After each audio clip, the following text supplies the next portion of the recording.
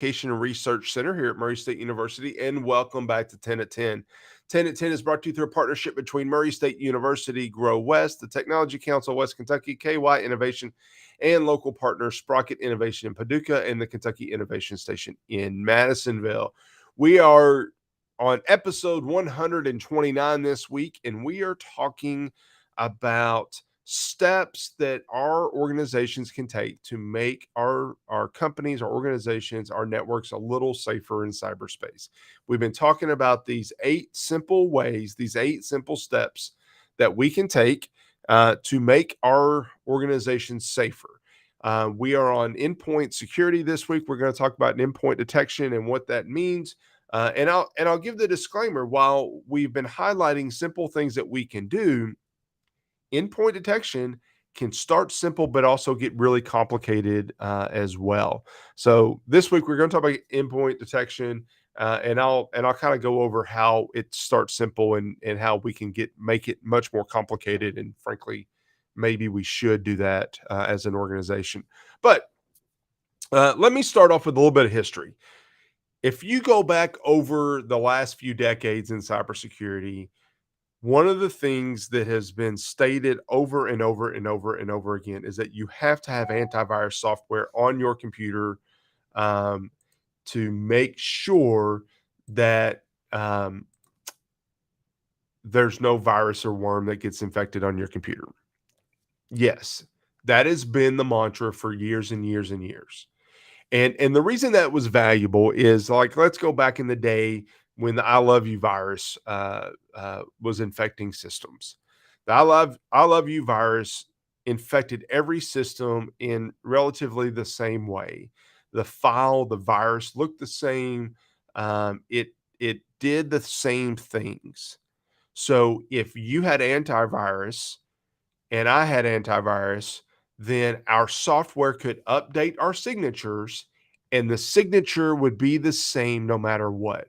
20 years later, if I sent you the I love you virus, your antivirus software would still detect it because it would still be roughly the same way and it would stop it. It worked well. I could go over, hundreds of other viruses and worms that were sent around, and in rough speak, they all still look the same and they all still infect the same way. So when we did that, a signature made sense. Us doing that through a signature made sense. We don't live in that world anymore. If you have antivirus software on your computer today, then frankly, it is not enough. We need endpoint detection and ideally, then the response. How do we do it? Back in the day, antivirus software was looking at a signature. It was able to identify malicious software based on a signature. Now we are getting evolving threats that don't necessarily have a signature. So how do we stop something without a signature? We need the next level. We need to take that to an additional step or additional tier to be able to detect threats on our endpoints. So we want to use endpoint detection software, endpoint detection, and then ideally we even have a response. So what we're doing is that we're trying to detect and contain and then even remediate threats as they occur. Now, let me actually take a step back. Let me take this slide off for just a second and let me take it a step back. What's an endpoint? What's an endpoint in your network? I'm recording this on my computer. That's certainly an endpoint. My phone is on our network. That's certainly an endpoint. Your printer is on your network. That's an endpoint. We have security cameras on our network. That's an endpoint. Every item that is on your network is an endpoint. Every device that is on your network is an endpoint. I'm on a college campus. There are hundreds, thousands of endpoints on our network. If we were only looking at viruses, then first of all, we may miss a ton of endpoints. Second of all, if it was just a virus that was attacking our network, that's one thing, but it can be an evolving threat. And if we looked at one endpoint in isolation, then maybe that wouldn't matter as much. Um, but we want to look at them from a holistic standpoint. And that's where endpoint detection matters. So, what we can do is we identify the threat, and we can even build in some AI aspects to it, but we can not only detect it, but we can automatically respond to it through our EDR software. If there is a response, it may be to block it, it may be to do something else. Back in the day, antivirus, you could quarantine it. That was the default. I mean, if there was a virus, it got quarantined. You couldn't delete it until you did that automatically or manually, rather. But how could we take that and do something with it? EDR type of software is much more powerful. Sentinel One is an example of that. Um, is much more powerful than what antivirus software was in the past. I talked about this a few months ago, even on 10 at 10. The next step is to take that and alert a security operations center where additional analysis can be done. If it's a false positive, that can be eliminated. And then we can also take all of our endpoints. The beauty of EDR is that we can build that into a SOC, a security operations center, to a SIEM, security information and event manager.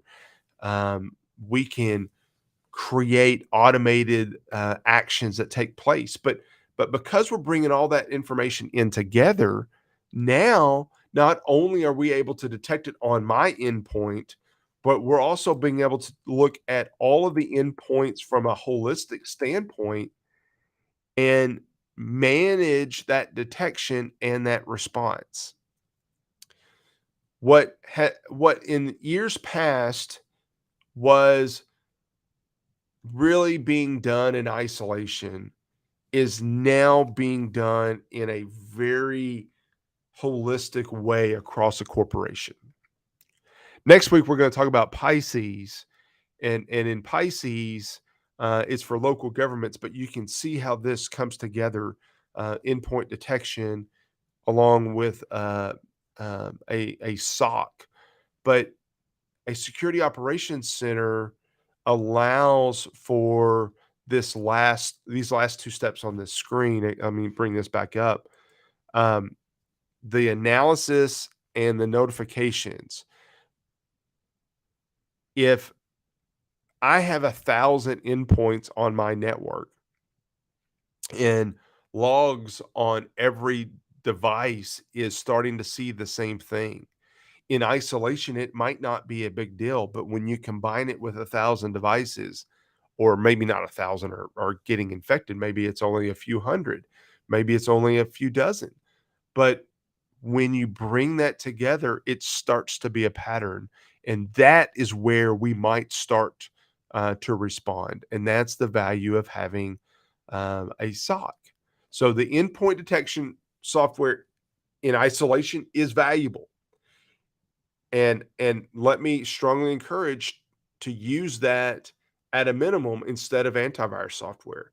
But what I would encourage you to do is to consider the next step of taking that endpoint detection and bringing in some centralized logging of all of the data that EDR is seeing on the endpoint and all the other log files and the server logs and the network logs and the router logs, and bringing all that together into some sort of managed response. And let me end by saying this gets complicated. If you're a small business, you probably can't afford to do all the things I just described. But let me say there's some really smart people out there and really good companies out there that are able to help you with that. So if it's something that you want to consider, and the price varies. A lot of these companies will charge a price based on the endpoint. And it's really, it can get down to a point where it's not that much more than your annual fee for antivirus, as it is. But if you're a small business with 100 devices, or 50 devices, you're not going to pay as much as if you were a company with a few thousand devices. But there's a lot of managed services providers and a managed security services providers that can help you with that. I hope you found this interesting. I hope you found this helpful. Yes, it's complicated. I'm not going to lie to you on that, but it's a very important step for you to take to keep you safe in cyberspace. Thank you for joining in, and I'll see you next week back here on 10 to 10. Thank you. Bye.